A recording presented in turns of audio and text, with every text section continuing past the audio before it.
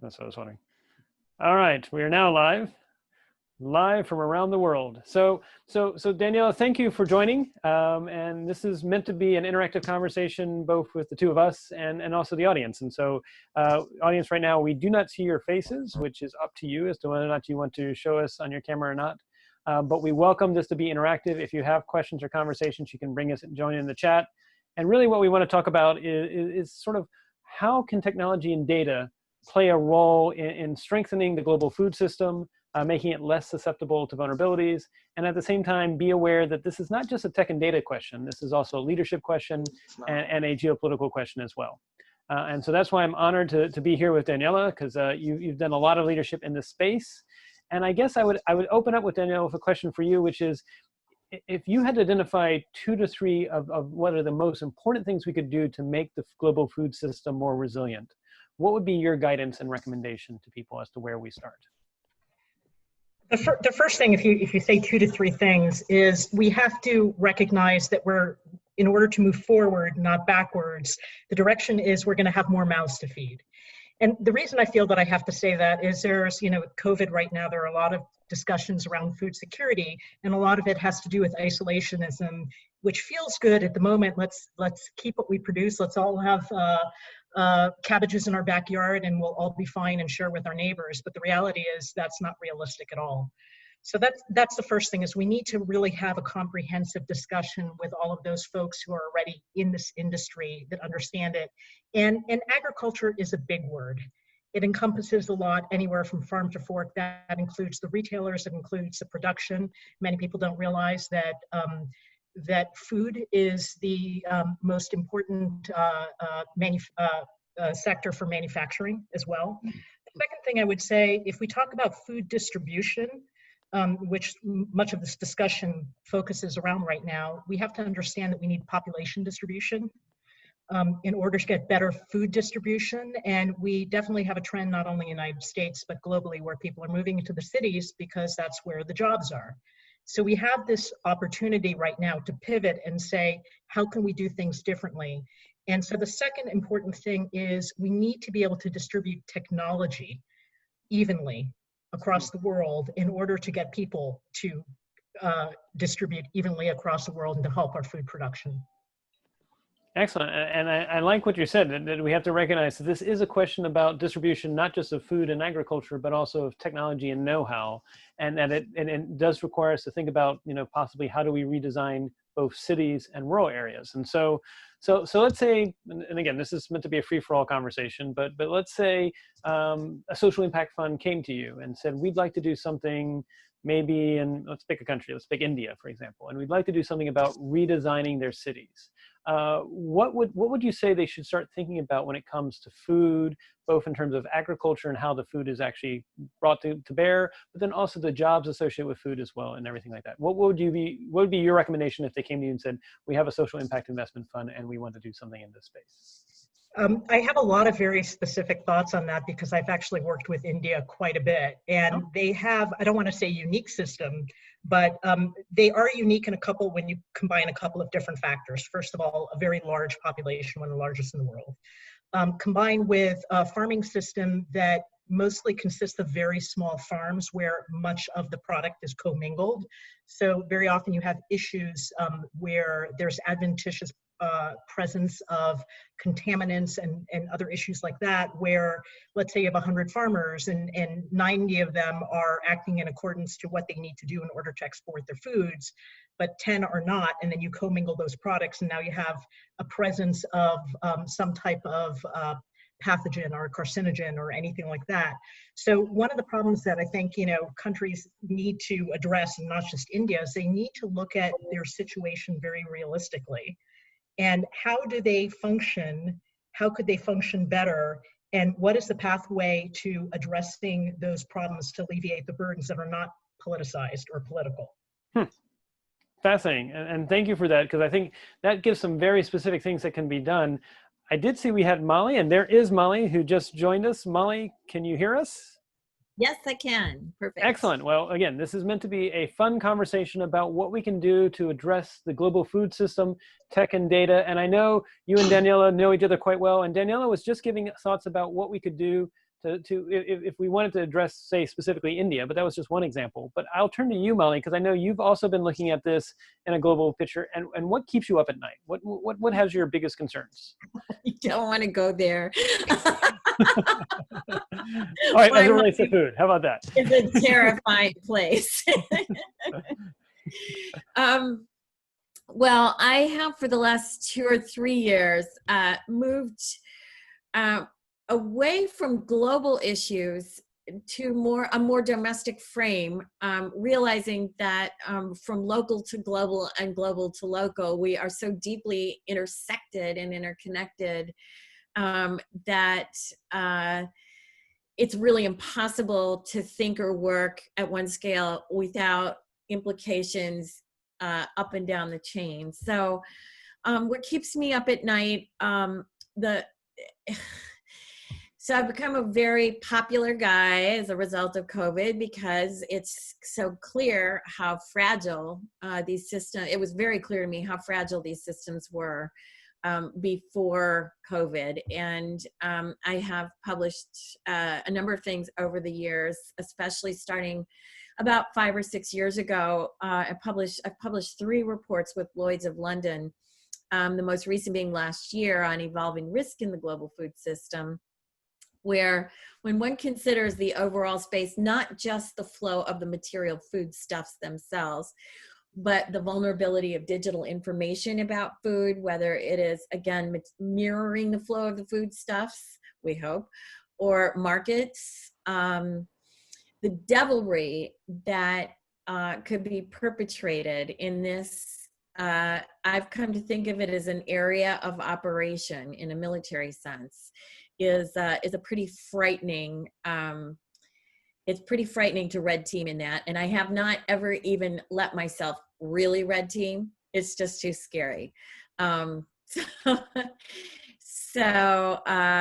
the combination of things that could go wrong naturally and our lack of preparedness, which can exacerbate those things, and the fact that there are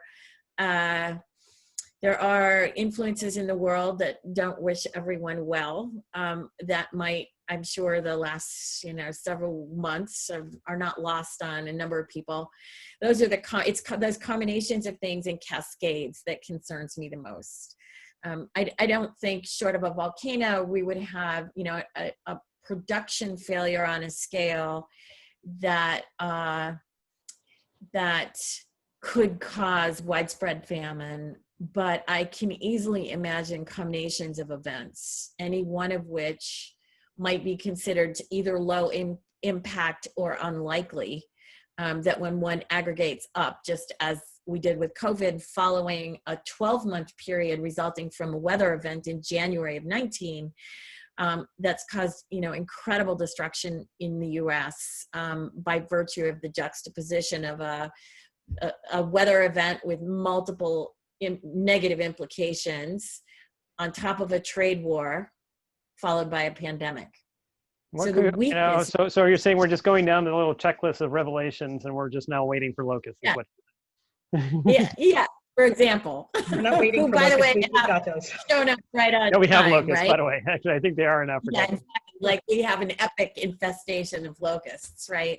And of course, these things are not entirely disconnected, because the polar vortex in January of 19 in North America was teleconnected to global weather, right. And the locusts show up about, as a result of rainfall. I don't know exactly when that heavy rainfall occurred, but it was about the same time. And so months later, we still have major dynamics set into motion by events that are not entirely disconnected and therefore are far more likely to occur together than normal actuarial approaches might indicate.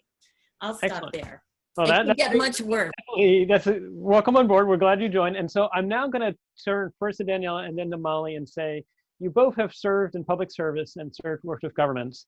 And I think both what Daniella was describing about actions that need to be done and relating the connections to everything, and what Molly just laid out as well, we're really talking about these sort of system cascading effects. And so Daniella first and then Molly, how well do current approaches to public service deal with system cascading effects? Do you have hope? Are there things we can do better? We were talking about geopolitics. Are we currently organized in a way to deal with these hard issues, or do we need to think about new ways of organizing? We need to think about new ways of organizing. And one of the things, I love my service in government. I love not being in government, so I can just kind of speak my mind these days. By the way, Molly, I'm really convinced we're going to have frog and vermin next. So, right. Get ready. You heard it here first. You know, it's one of those, don't throw out the baby with the bathwater. Sometimes we look at a system and we say, hey, it's broken. We want to get rid of it. And I think that's pretty much what we've done. And quite frankly, there's going to be a fine line. And I talk to people about this all the time. How are we going to solve these problems? And people say, don't worry, business is going to come and solve it. It's like, that's nice, but you have a number of different issues you have to deal with. First of all, businesses are overtaxed right now, and they don't have necessarily the bandwidth. So that's number one. And then on the other side, you have government that's been decimated. And I talk with even, industries all the time that are trying to get blood out of a stone, not understanding that, there's something called appropriations, and there's only so much bandwidth that you have. And then the other issue with getting industry to move on these issues is you want to make sure you have the right people at the table and that they don't have ulterior motives, which is not always easy to do. But frankly, as someone who worked in a lot of intergovernmental agencies for many years, I think that they were fundamentally broken. And it doesn't mean that we have to get rid of them altogether, but the rules need to change, right? And what I see as the future pathway is, can we hone in on maybe 3 things that we need to do to get back that trust with the community so we can move forward? Can we herd the cats in industry to focus on coming up with a strategy and implementation plan to move forward? Because unless we do that, then we're just kind of recreating a bureaucracy. So I do think that there's a very important role for government. I think there needs to be major government reform, not just in the United States, but elsewhere. I think that reform needs to include listening to all voices and at the appropriate stage, because there are, I could cite many different issues from how industry participates in organizations like UN, for example, or how stakeholders participate in administrative procedures, whether they're here in the United States or in Europe, for example. So I think we need to kind of get past the indignant response that we have to, should we do this or should we do that, and just have a conversation where we can spitball anything and everything, take a path, move forward, because I don't think we have a lot of time. And I share Molly's concerns. I mean, in addition to all the stuff that we already know about, we now have a playbook for everything else that's pretty concerning of things that could happen. And that's something that seems kind of very existential as a threat right now, but for folks who have worked in this area, understand it very well. Sorry for that long response. Oh, that's great. That's very helpful. Thank you, Danielle. And now I'll turn to Molly and ask the same question. So Molly seems, and as one who's done public service myself as well, I would say there are very well-intended people, but the way we are currently organized and the rules that hold people back, we cannot address system cascading effects as well as we could. But Molly, your take, since you've also served in public service as well. Well, I have served in government service and continue in public service as a university professor at a public university. And so that's the way I choose to regard my my academic role, which honestly places me at odds with my academic organization on a regular basis. The irony of that is not lost on any of us. And recognizing your university is supported by public funds, right? So yeah, interesting. Exactly. So, and also as someone who's been who's had the role of being a steward of chunks of bureaucracy, both in government and at the university, I feel like I have an interesting perspective on this. My perspective today would be very different from 10 years ago. So I find and this goes actually back, David, I was just thinking as Danielle was speaking, the way you and I met was an interesting example of how something both worked and didn't work, as most things are. Right. When I was in government service, I was really, this is a long time ago now, over 10 years ago, I was really aware of the potential, the untapped potential of operational government data for research. And I worked for the second largest government department and was in a role in that agency where this would be something I could propose with a secretary who was accessible and supportive, and actually whom I just talked with yesterday, as a matter of fact, my old boss. And so I got interested in what it would take to hook those data assets together so that we could be better at doing what we were supposed to do and learn some things. And some of the things we were going to learn, I knew weren't going to be that nice. And I just literally, the call right before this one, the one I thank you all for moving this call to accommodate, was with two senior colleagues at USDA, both of whom are still on the track I set into motion as undersecretary, that put me also in contact with Shmendra Paul, with whom David was working at the time. Shmendra was program manager of the information sharing environment. So what does counterterrorism and USDA have to do with each other? Exactly. I'm sure now everyone's wondering, like, is there a secret government plot that we don't know about? But it was the way I was trying to move at USDA that caught Shmendra's attention, because I believed Shmendra in that role knew things that were relevant to me as a government bureaucrat, trying to be a better government bureaucrat. And that didn't really work at all, but it did put David and me in touch. David and I share an approach, and I'm not even really sure, David, I've illuminated this so much. I've benefited tremendously from our association. But about that same time, I'd been drawn into the Department of Energy's National Laboratory System. And I was really interested in the National Lab model, because it's so much bigger and so much more functional than anything we had in agricultural research. And coming from MIT into agricultural research, I was just stunned by how intellectually sort of weak, how it tends to go to the lowest common denominator. You don't need to quote me on any of this. And so the National Labs model is quite different, much more robust and big.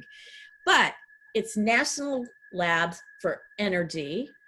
And by this time I had been in the DOE funding portfolio long enough to realize that, okay, well, energy, water, food systems are so connected, you can't profitably take them apart. Yet our bureaucracy, by virtue of its budget structure, does. And there is really no way around that budget structure issue that I have found very effective in my work. Short of Congress coming together and doing some joint committees or anything like that, I can't, yeah, it would really take an act of Congress, probably. It does take an act of Congress, or it takes deep subversion. In the best. Okay. So now we've gone from food conspiracy with counterterrorism to now deep subversion. Tell us more, Molly. So, but the simple question I had was, okay, how do we add agriculture to what the Department of Energy had already kind of managed to mission creep all over everywhere else? So we had really powerful data assets at DOE, really powerful modeling. We had a culture that was relatively aligned with decision relevant science, unlike lots of other science investments across the United States science enterprise. So all it was missing was agriculture. And I thought, well, like, what would it take to just add agriculture to the DOE Intellectual Foundation? Well, it turns out it's not just difficult. There's active repulsion at every level. So I decided, well, actually, I was interested. The problems I had were global. Ultimately, we had to have something that would roll up and down to global. And the National Lab structure did that sort of, but not exactly. So I invented this. Actually, we call it, initially it was a community of practice. And we kicked into motion a global network of people interested in mobilizing data, the way I've described, another group of people interested in mobilizing modeling in very contemporary ways, in ways where you can mix and match components of modules or modular models in kind of drag and drop, modes. I'd learned this from hanging around the DoD. And then I got really interested in explicitly studying the way information hooks to decision-making. Right. And decision-making embeds in learning processes. And so when I was in government, this was my dream for USDA.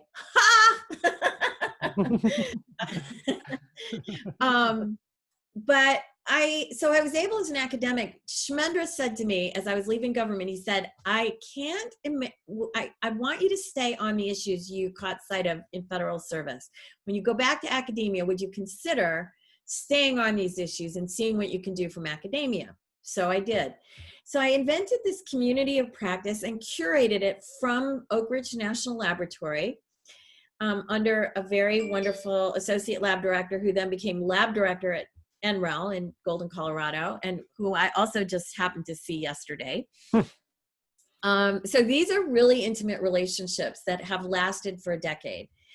Under the patronage of the Department of Energy, because it gave them plausible deniability about straying over to into someone else's territory, we developed and have run for almost 10 years now a community of practice that when I was in federal service was called Information Infrastructure for Sustainability Science, that morphed thanks to the 2009 Nobel laureate in economics who hated that name.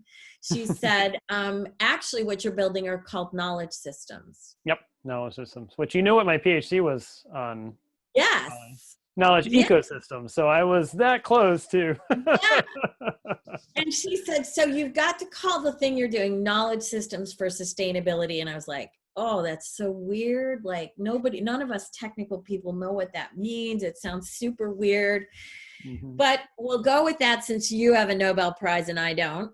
And she said, here are some rules to play by. And they were things like stay unbranded, avoid governance as long as possible, stay unbranded as long as possible. Leverage the community of practice as long as possible. Where you do formalize light and easy, work by consensus, avoid rules, avoid all.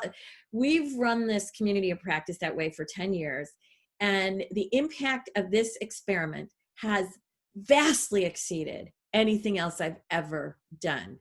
And to wit, this new set of conversations I have open with DARPA would never have happened without the horsepower of that community. We actually just held a Zoom retirement party for our Australian principal. Was really touching. And it's been an awesome experience. And so I picked government laboratories from around the world. All of the laboratories we picked were not universities, they were government labs for real reasons. But we federated in this way that has exploded. And the fact that nobody has to take credit for anything and the thing doesn't have to be fed. We have found it has drawn more than enough funding where we needed it. Skoll Global Threats walked up and said, would you mind if we funded you for a while? No, thank you. We found what we've needed because we kept our eyes on doing things together, and we met regularly, and we always met in the best places: Bellagio, Vienna, Brisbane. When you could actually travel. Now you're making us all, miss travel. Right. I mean, New York. We had really fantastic meetings, always paid for by people like Rockefeller or Skoll or DOE or somebody, and that has been an incredibly meaningful experience to me. Because we are doing a kind of both and, to Danielle's point, right? We all have day jobs, and we're leveraging the clout, the resources, the insights, the influence of those day jobs, and we are federating together. And that's been very much, David, yours and my gig, right? Right. I go all sorts of places I would never have dared to go without you on speed dial. Oh, I humbled. Well, and what I love about what you said is you underscored the strength of, like you said, without too many formalized rules, without too many formalized governance involving these knowledge ecosystem or knowledge systems approach that span the planet. And this gets to, I think, Daniella, and that's why I'm so glad. And so for folks know, this is really the second time that Daniella and Molly are joining, but they are both passionate, positive change agents in this space. You both recognize that food is fragile around the world at the moment, and it is now essentially for multiple countries a national security issue. And the way we will solve it is not the same way we have done national security in the past, which was very rigid, which was very formal, and had controls. We've got to have people that are passionate from multiple disciplines working on this issue. And then also what I love what you said, Molly, and Danielle, you said as well when you were talking about what we could possibly do if we did an effort in India or someplace like that. You've got to have data. But even more importantly, you've got to have sense making associated with that data. So go ahead, Danielle. Yes. I actually want to comment on that a little bit, because I think, let's take India as an example. We can cogitate upon these things, but truly we have some specific examples of things that have worked in the past. And despite what's going on with COVID, and we think like, oh my goodness, if something else like this happens, our system breaks down, as we've discussed all before, there are already fractures in there and they're just starting to show more. The thing with India, and when I talked about the reality, let's look at Vietnam. Vietnam said, we're not going to try to compete in areas where we find other people are competing. Here's the product that we want to focus on. It's dragon fruit. And we want to do it well. We want to produce high quality. We want to make sure that it meets the standards of exporting countries. And we don't need a lot of dragon fruit in the United States, but as you guys know, in your travels to Asia, they eat a lot of it in Asia. So what did we do? We decided to focus on that product and make sure that we brought everything up to the standard of being exportable. And it's similar in India. What we need to do is really not just take on the universe, but really focus on key areas. One of them for India is definitely spices.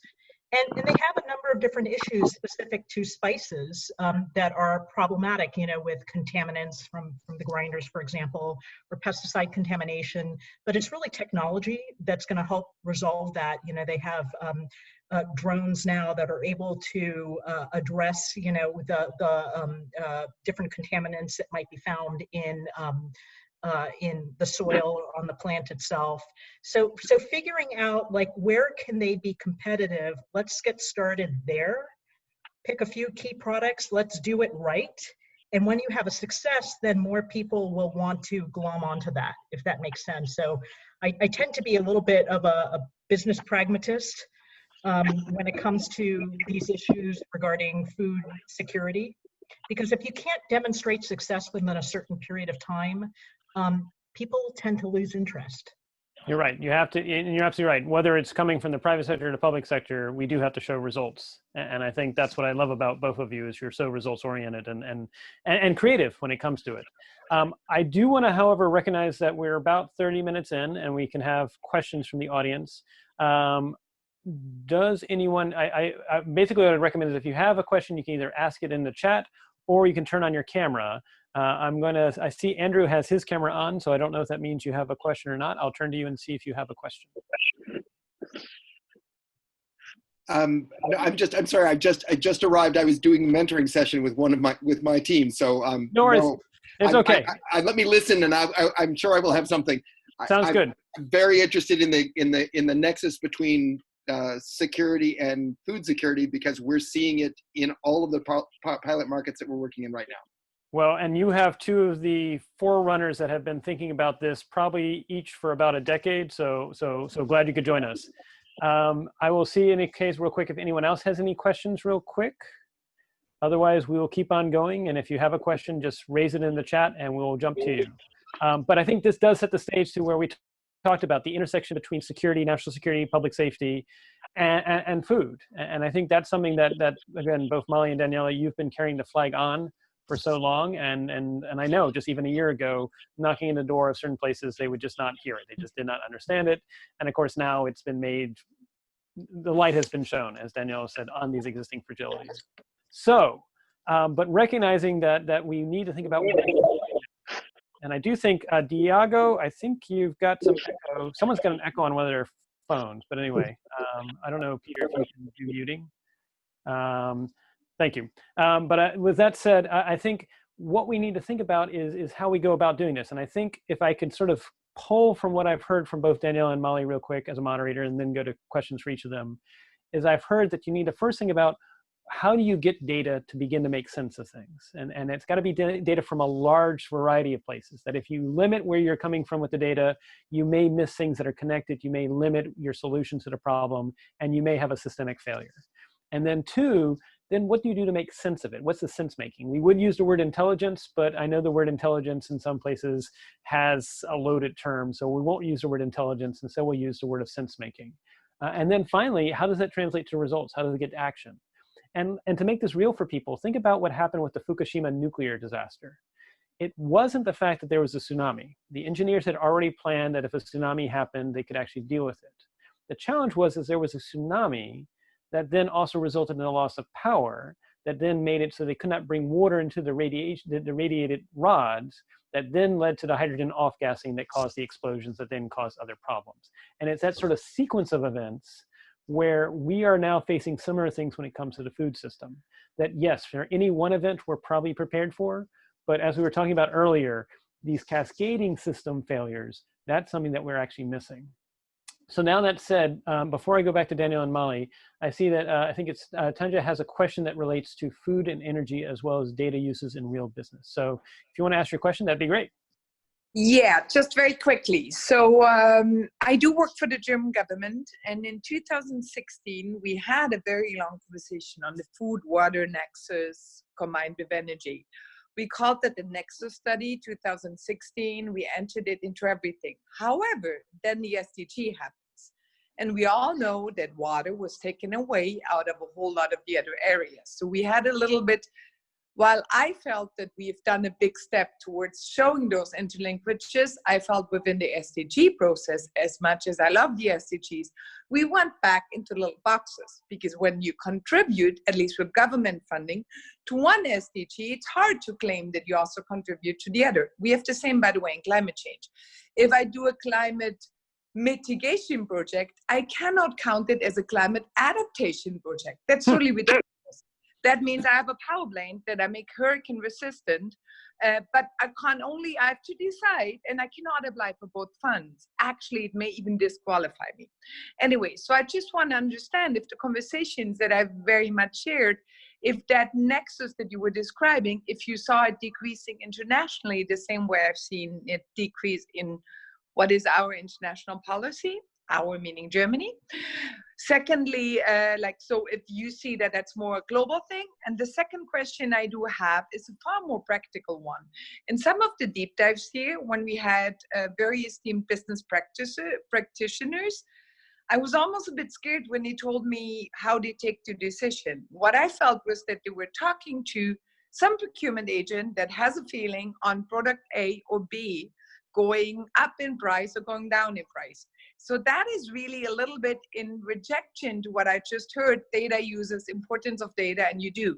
So I want to understand what you think, if it's only the academics and the government's trying to push for data and the public sector, the private sector just wouldn't use it, or if those have been isolated cases. I would like to have your thoughts or experience around those two issues. A, decrease of the nexus, and B, a use of data in real life. Does it really happen, or is it in the wish? Great. Okay, so I'll go to Molly and Daniela first on the question of, are you seeing increasing fragmentation? And then we can talk about data second. But first, Molly, and then Daniela, are you seeing increasing fragmentation as well at the global level? Boy, I don't know about increasing, because it was already so fragmented to begin with. It's hard to think about increasing. I do think that the SDG process, as much as some of my friends will say, it is arguably the most important thing humanity has ever attempted, is necessarily constrained by the starting point. And a great example was in agriculture. The fertilizer lobby was strong enough to keep any mention of nitrogen out of the first draft of the SDGs, right? So any process is subject to all sorts of dynamics, right? That's one of the things that Nobel laureate taught me is she said, you scientists think, we'll just go do whatever you think is right. No, everything is a fight. It's always a fight. And you're building for the fight. That was one of the rules she gave me. So as far as the nexus goes, one of the things I found that's really been helpful, because we talk all the time about food, water, energy, climate, nexus, and we end up in these loops going around saying, I think this is important, I think that's important, I think this. If we anchor the delivery of objective insights, or at least insights one could defend as objective or moderately objective, to decision making. And then we look at what happens when those decisions are made. So we don't just stop once the decision is made, but we see, what was the decision? Who made it? And what happened next, right? That starts to set up this learning systems thing. And that gets really powerful. And so, there are all kinds of practical reasons why things fragment into clumps. Generally, a lot of times it has to do with money, but also tribalism and lots of other factors that will not disappear. But what we found is that there are ways to tip those conversations out of their boxes, typically not by having the same conversation that brought us to the box. And that's why this decision relevance becomes really, it just gets everybody out of their disciplinary corners. It makes it harder to defend turf, classic bureaucracy behavior. And then the question about real life, use of data in real life, actually, that was exactly what the phone call before this one for me was about. USDA has all this operational data, and the two officials I was speaking with were consulting with me about ways to incentivize the exploration of that operational data. And they cited a couple of examples. One specifically where there's been a university that set up kind of a clearinghouse. There's places to put 100% private data, places to put 100% public data, and then a structure where it's easy to navigate the hybrid interactions, whether that's behind a paywall or a quid pro quo, or some sort of deal making occurs in that middle zone. Brokerage. And exactly. And it's done by a party that's generally perceived to be, reliable and neutral. Some universities would have that reputation. And so that's, I think it's a really interesting question, because of course the value data is all about the questions we ask. And there are lots of incredibly obvious questions, especially about food security and national security or food systems, that we just don't ask. We've never asked those questions. Are our food systems stable? ? What's the data for that question? These particular officials were not scheming, that's not a good word in federal life, but we're thinking about how one can access the private sector data for the study of stability of food systems, which is clearly a public good. Excellent. Thank you, Molly. And Daniella, what's your thoughts? I honestly don't even know where to begin, because there are so many, there's like a 24-hour discussion just from all of this going on. I love what Molly said about the value of the data is based and predicated on the questions that we ask. And I think, the first thing is, are we asking the right questions? Because there's a limit to how much data we can generate. The second thing I would say, and again, I have a very particular perspective on this, is that working as a regulator, industry is required to generate a lot of data for regulatory purposes. And yet, a lot of that data is not considered once we make the decisions. So I think that there is a very strong bias against industry-generated data, which is really generated for regulatory purposes. And there's a lack of trust in the data, so we need that we have, and why we're even asking for it, and people question the question itself.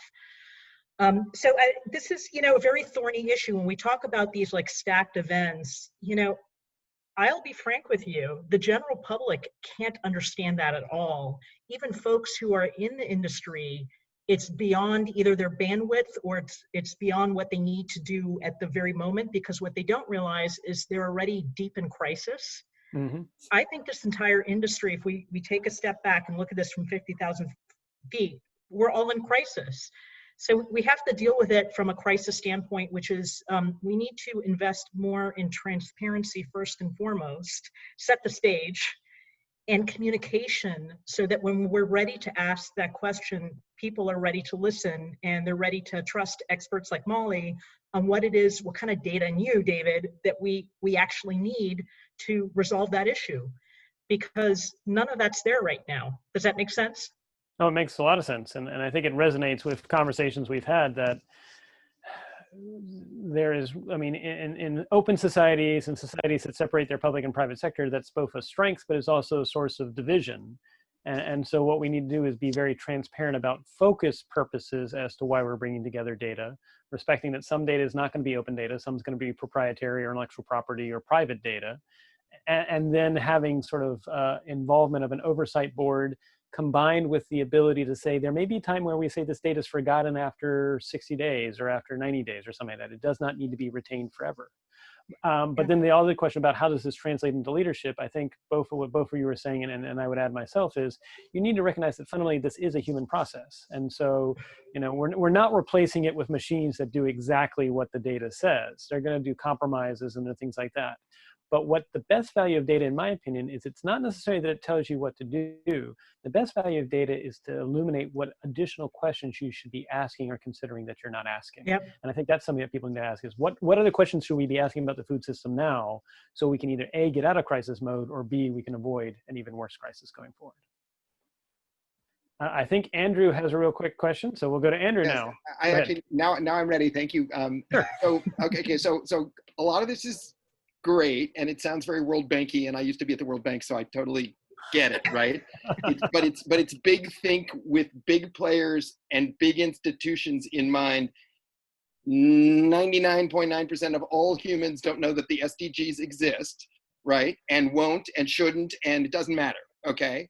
So I'm gonna go to the question about looking at this from the ground up, because really most all of the data that's generated is generated from the ground up, not the top down. We make a lot of the wrong decisions, I think, about data when we're trying to manage the flow down as opposed to up, okay?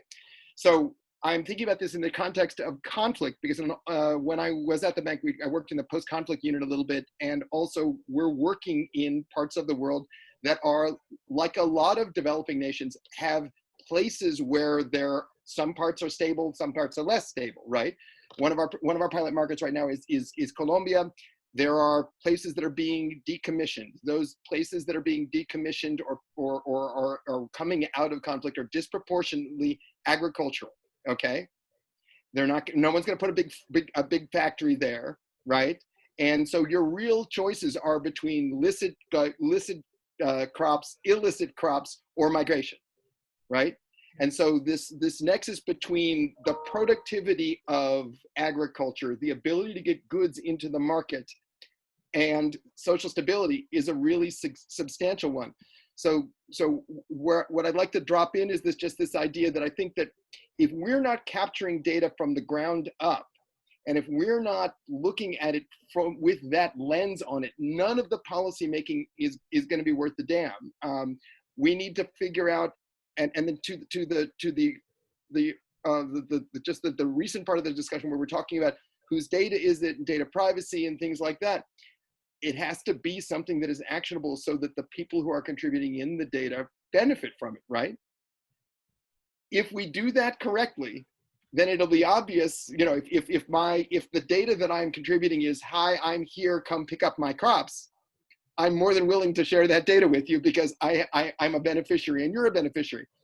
If right now we know that a lot of governments still take a lot of their data gathering about what's produced, about the prices of things, literally it's done with a clipboard.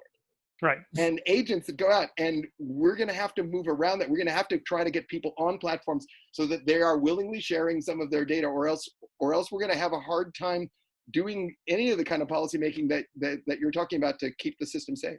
So Andrew, I'll hop on that real quick and then go to Daniella and Molly for joiners, because you actually hit on something that we're trying to deal with at the Atlantic Council, which is not only do we not empower data collection at the edge from the bottom up, but then we percolate it up to top-down structures that then share with others. And so it's almost like we introduce lag to a system that may not need to have lag. And so our suggestion is, and recognizing we still, so just last December, we hit the 51% mark for access to the internet for the world, but we still have another 49% to do.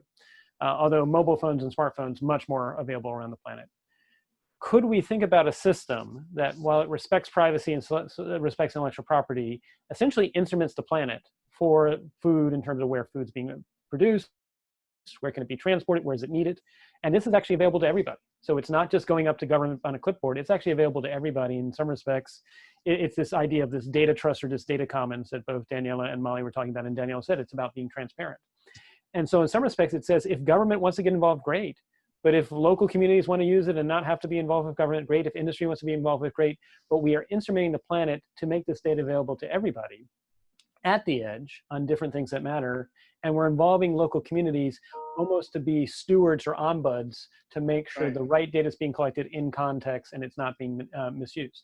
But that's going to disrupt policymaking, and that's going to disrupt the traditional ways of governing. But that may very well be much like how the League of Nations used to exist and it went away.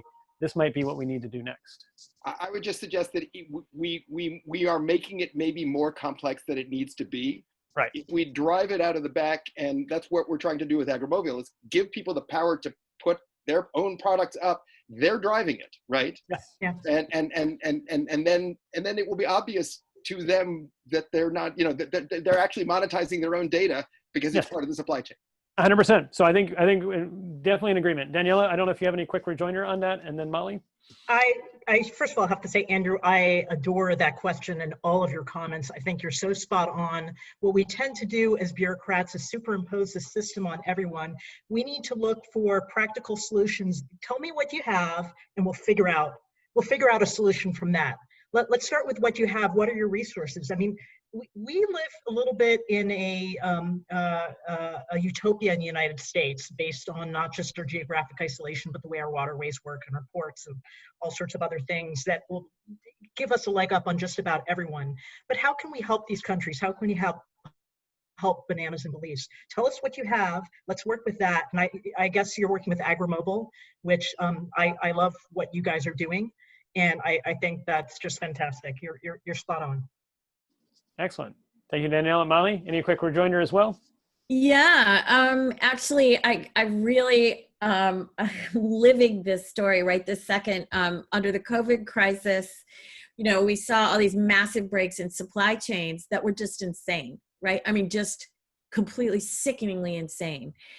And so knowing what I know about government and universities and private sector, I realize sometimes it takes an individual to mobilize those capabilities. And so I looked around, I know a lot of people, and we were all just back on our heels. So I called up a friend of mine who has a company that's a data dictionary for food in the United States. It's not boring, it's important function, compliance management. But he's got over 30,000 US suppliers of food on the system already. Long story short, we set up that platform. We popped it out with some funding from the DoD, popped it out of the company. This is all in the last 10 weeks. Popped it out of the company, and it's now live as Food Source USA. Capabilities 20 years old, huge, very robust software. Half the food safety audits in the United States occur on this platform.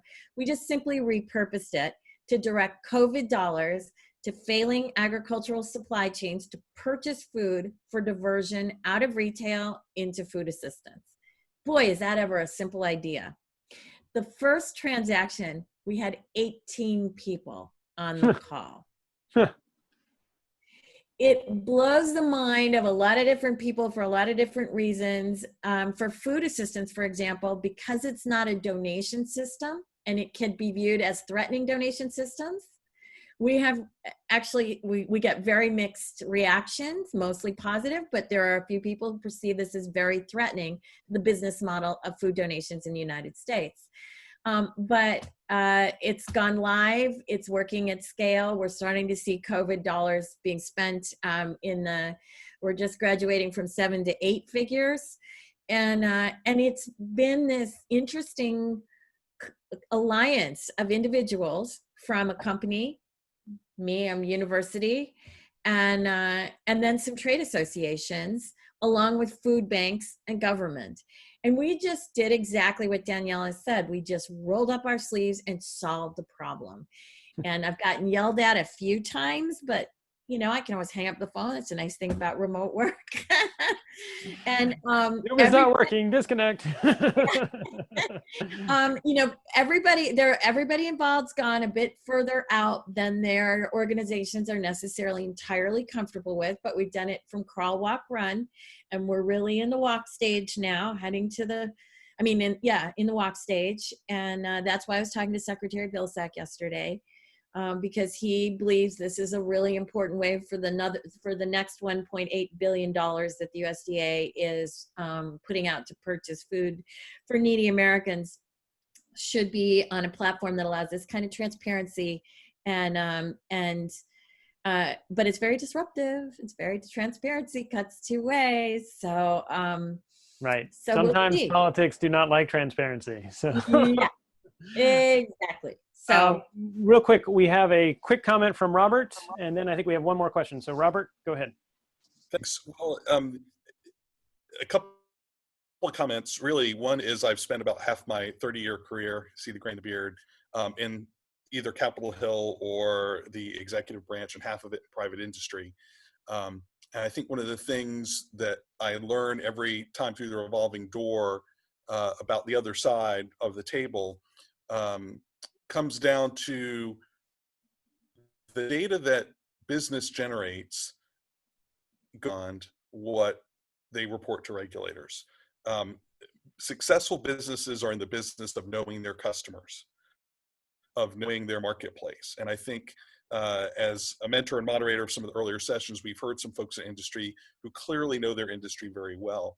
What we don't always do as well, and I spent some time in the Secretary of State's Office of Global Partnerships and at USAID in recent years, is asking for that data, right? Not just taking what the regulators require to be reported, but as we engage in partnerships, understanding what Andrew Mack and I sat down at his whiteboard when he was first conceiving Agrimobile, and recognizing that there's going to be an intellectual property created beyond the product, but the ability to collect and aggregate and analyze data. And whether that's given to universities and research centers, or kept proprietary for whatever reasons, or released after the proprietary expiration date, we need to be more sophisticated in the ask when we're doing a partnership, whether it's a partnership or whatever. I loved the update that I got from Molly about Oak Ridge National Lab and USDA. I used to work as legislative director 25 years ago for the congressman who represented Oak Ridge and was on the appropriations committee. And even then, before ARPA-E was conceived, the Department of Energy was very successfully doing cooperative research and development agreements, CRADAs. And part of that was, what does the intellectual property look like at the end of this collaboration between industry using a high flux isotope reactor, a spallation neutron source, or simply getting the supercomputing power that's innate in all of our labs. One of the most overlooked announcements out of the White House in the COVID response was doing the same thing that happened about 5 or 6 years ago with the cancer moonshot, and making the supercomputing capabilities of the US government and its partners like IBM Watson and now Google Cloud and Amazon Web Services available to bidders. Now, part of what USAID's US Global Development Lab wasn't as sophisticated at a few years ago and is becoming better, is starting to protect the taxpayers' interest in the investment in what those private industries that they're spurring to do medicines and supplies and that sort of thing, so that it gets recouped and reinvested as sort of a revolving fund. So I think there's a lot we can do. Never again in our history, we hope, will we face a crisis, but right now the time for collaboration between the private sector and government is necessary to get us through this. And I think we need to start asking ourselves just those questions about what is the fair and balanced equation of what the government brings to the table, what the private sector brings to the table, but also what each takes away as we, monetize this intellectual property. And I have to give one more shout out to the Department of Energy. The lab system probably does a better job of commercializing its basic science breakthroughs than any other organization we've ever seen before, US or international. They do basic research, and then when there is a breakthrough, they quickly figure out ways to make those into actual inventions. And I guess NASA as well. Excellent. Well, thank you for that. And we have one last question before we close real quick. Sinu, I think you had a question real quick, if you're available to turn off your mic or turn on your mic, and if not, I can ask it for you. Hi, yeah, I wanted to know more about going back to talking about data collection, how the data would be collected from smallholder farmers, especially going back to Molly's point of, for example, the production of spices in India. A lot of these farmers are located in villages and they have poor internet access. So I'm just kind of curious how we would access the data that we're looking for from those sources. Excellent. Molly, if you want to go first, we have a few minutes left, so keep it short, and then we'll go to Daniella for the final comments there. Okay, I'll just mention that I've worked in a couple of areas where this became really important. One was in West Africa, where we were doing variety trials to bring a disease resistance online very quickly, thanks to USAID. The data collection was really pretty straightforward over mobile phones.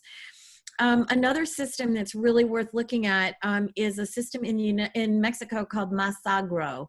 Masagro has been developed starting small as a crowdsourcing kind of two-way digitized extension service, and it's scaled to be a national program that both furnishes data to farmers and aggregates and obtains data from farmers, reflecting back to them forecast, price, etc.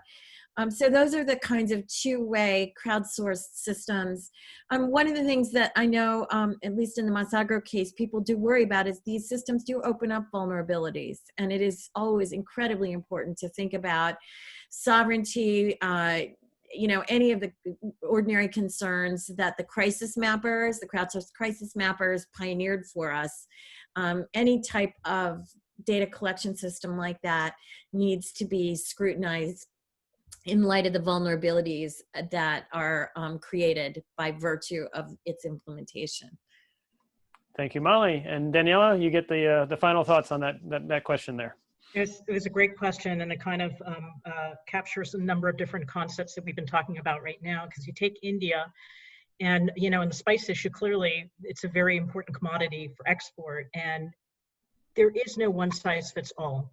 And back to Andrew's point, where you have to go from the ground up and figure out in this particular case, you have a big country with an important export, so we should focus our energy there and figure out a solution based on some specific issues that you are having in India. You mentioned that the access to internet, and that's a huge problem, not just there, but also even in the United States, where you have a number of folks, particularly in rural areas, that still don't have broadband. So I do think, and this is specific to India, that we've had best success where we work directly with industry and with larger players in industry to help the smaller players, because it helps everyone in the end. And that's definitely going to have to be part of the solution. But again, there is no one size fits all. There are very specific circumstances in India, just like there are in Colombia. And we have to think on our feet and get a team of people around an issue that that there's an economic incentive.